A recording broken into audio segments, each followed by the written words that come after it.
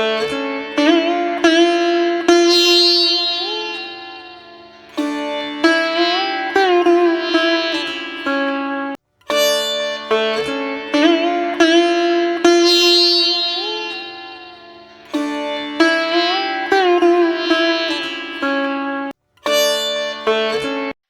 हर महादेव। कैसे हैं दोस्तों? मैं आपका होस्ट वीरेंद्र जांगरा आज के हमारे इस नए व्लॉग में आप सबका स्वागत करता हूं। और महादेव जी से हमारी यही प्रार्थना है कि आप सब लोग खुश रहें, कुशल मंगल रहें। पिछले अध्याय में जैसा कि हमने बताया कि किस प्रकार महादेव जी तारकासुर के उन तीनों पुत्रों का विनाश करते हैं और उन्हें मुक्ति दिलाते हैं इस संसार से।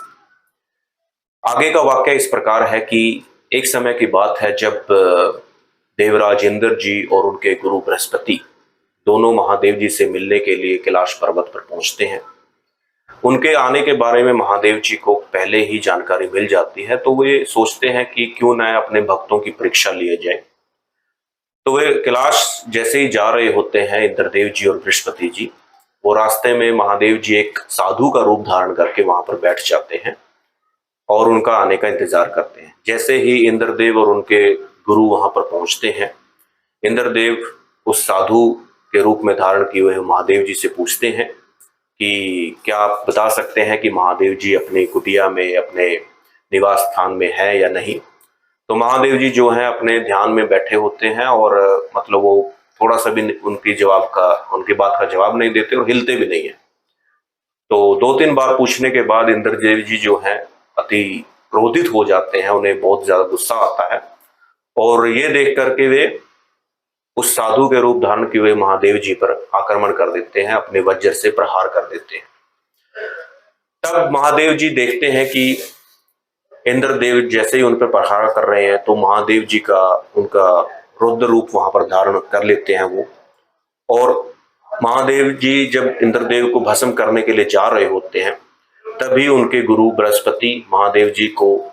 रोकते हैं, उनसे प्रार्थना करते हैं कि मतलब भूलवश हम आपको पहचान नहीं पाए और इतना बड़ा दंड हमें ना दे, और तब क्योंकि इस संसार को इंद्रदेव की जरूरत है, उसके बिना इस संसार का संचालन करना मुश्किल हो जाएगा, तो कृपया करके आप इंद्रदेव के प्राण जो है बख्श दें। तो इस प्रकार से जो है बृहस्पति के वचन सुनकर के महादेव जी का गुस्सा जो है वो कुछ हद तक शांत हो जाता है और वो इंद्रदेव को जो है जीवन दान देते हैं। लेकिन अंत में महादेव जी कहते हैं कि मतलब मेरे शरीर से जो तेज निकला है इंद्रदेव को भस्म करने के लिए, उस तेज का मैं क्या करूं। तब बृहस्पति जी कहते हैं कि हे महादेव, आप अपने तेज, अपनी शक्ति को आप गंगा में मतलब डाल सकते हैं, उसमें विसर्जित कर सकते हैं, तब क्योंकि गंगा जो है आपके इस तेज को सहन कर सकती है। अन्यथा इस संसार में कोई भी ऐसी जगह या स्थान नहीं है या कोई भी ऐसा जीव नहीं है जो आपके तेज को धारण कर सके। तो बृहस्पति के ऐसे वचन सुनकर महादेव जी और भी ज्यादा मतलब प्रसन्न होते हैं और वो कहते हैं कि ठीक है, आपके कथन के अनुसार मैं अपने इस तेज को गंगा में डाल देता हूं। और इस प्रकार से जो है मतलब इंद्रदेव जी को जीवन दान मिलता है और सभी जो है अपने अपने रास्ते चले जाते हैं। लेकिन कुछ समय के बाद जो है वो बालक, जो तेज, महादेव जी का जो तेज है मतलब जो गंगा में डाल दिया जाता है, तो गंगा भी उस तेज को सहन नहीं कर पाती है और गंगा उसे जा करके समंदर में डाल देती है। तो समंदर में धीरे धीरे वो बालक मतलब जो महादेव जी का जो तेज है वो एक बालक का रूप धारण कर लेता है और जैसे ही वो बालक का रूप धारण करता है तो वो रोना शुरू कर देता है। उसके रोदन से, उसके रोने की वजह से पूरा संसार जो है भयभीत होने लग जाता है, क्योंकि वो महादेव जी का मतलब शक्ति है, उनका तेज है और इतना शक्तिशाली और होने के बावजूद वो बालक बचपन से ही मतलब बहुत ही बलशाली और प्रचंड बुद्धिमान होता है। और जब वो रो रहा था तो पूरा संसार भयभीत होने लग जाता है। सभी देवतागण, पूरा का पूरा स्वर्ग लोक तक मतलब उसके रोदन से, उसके रोने से भय होना शुरू हो जाता है। तो सभी देवतागण ब्रह्मदेव जी से प्रार्थना करते हैं कि ब्रह्मदेव जी कृपया आप हमारा मार्गदर्शन करें, हमें बताएं कि किस प्रकार से इस बच्चे को जो है हम चुप करा सकते हैं या उसका कुछ इलाज किया जा सकता है या नहीं। तो तभी सभी देवतागण ब्रह्मदेव जी से प्रार्थना करते हैं और ब्रह्मदेव जी जब समंदर देव के पास पहुंचते हैं तो उस वक्त वो बालक जो है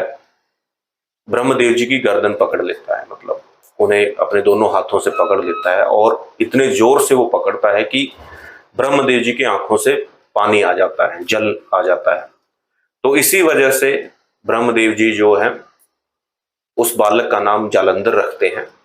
और समंदर देव को कहते हैं कि ये तुम्हारा जातक पुत्र कहलाएगा आने वाले भविष्य में। और ये बालक जो है किशोर अवस्था में पहुंचने के बाद इतना बलशाली और इतना महान दैत्य बनेगा, दैत्यों का राजा बनेगा कि विष्णु साक्षात ब्रह्मा भी जो है इसका कुछ भी बिगाड़ नहीं पाएंगे। इस संसार में कोई भी जीव जंतु ऐसा नहीं होगा जो इसका नाश कर पाएगा, इसे मार पाएगा, इसका विनाश कर पाएगा। तो ऐसा वरदान जो है ब्रह्मदेव जी उस बालक को देते हैं और तभी वे अपने ध्यान से शुक्राचार्य जो दैत्यों के गुरु हैं उसका आह्वान करते हैं, उसे बुला करके उस बालक को दैत्यों के गुरु शुक्राचार्य को दे देते हैं और कहते हैं कि आप अपने हिसाब से इस बालक का पालन पोषण करें और आने वाले समय में ये बालक ही आप सभी दैत्यों का राजा बनेगा। तो समय बीतता जाता है और वो बालक किशोर अवस्था में पहुंच करके मतलब अपने दैत्य जो राज्य है उनका उसको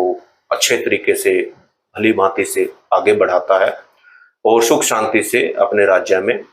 मतलब राज्य को चलाना शुरू कर देता है। कुछ समय के बाद उसका विवाह किया जाता है, वृंदा नाम की एक मतलब स्त्री से, औरत से करते हैं जो कि बहुत ही पतिव्रता स्त्री होती है। वो अपने पति के लंबी आयु के लिए मतलब लगातार अपने देवताओं से, अपने कुल देवताओं को ध्यान में, उनके पूजा पाठ में लगी रहती है और इस प्रकार से जो है मतलब पूरा जो राज्य है जालंधर अपने खुशी खुशी वहां पर अपना जीवन यापन करना शुरू कर देता है। तो आगे के व्लॉग में हम आप लोगों को बताएंगे किस प्रकार से जो है जालंधर स्वर्ग पर अपना आधिपत्य मतलब अपना अधिकार जमाता है और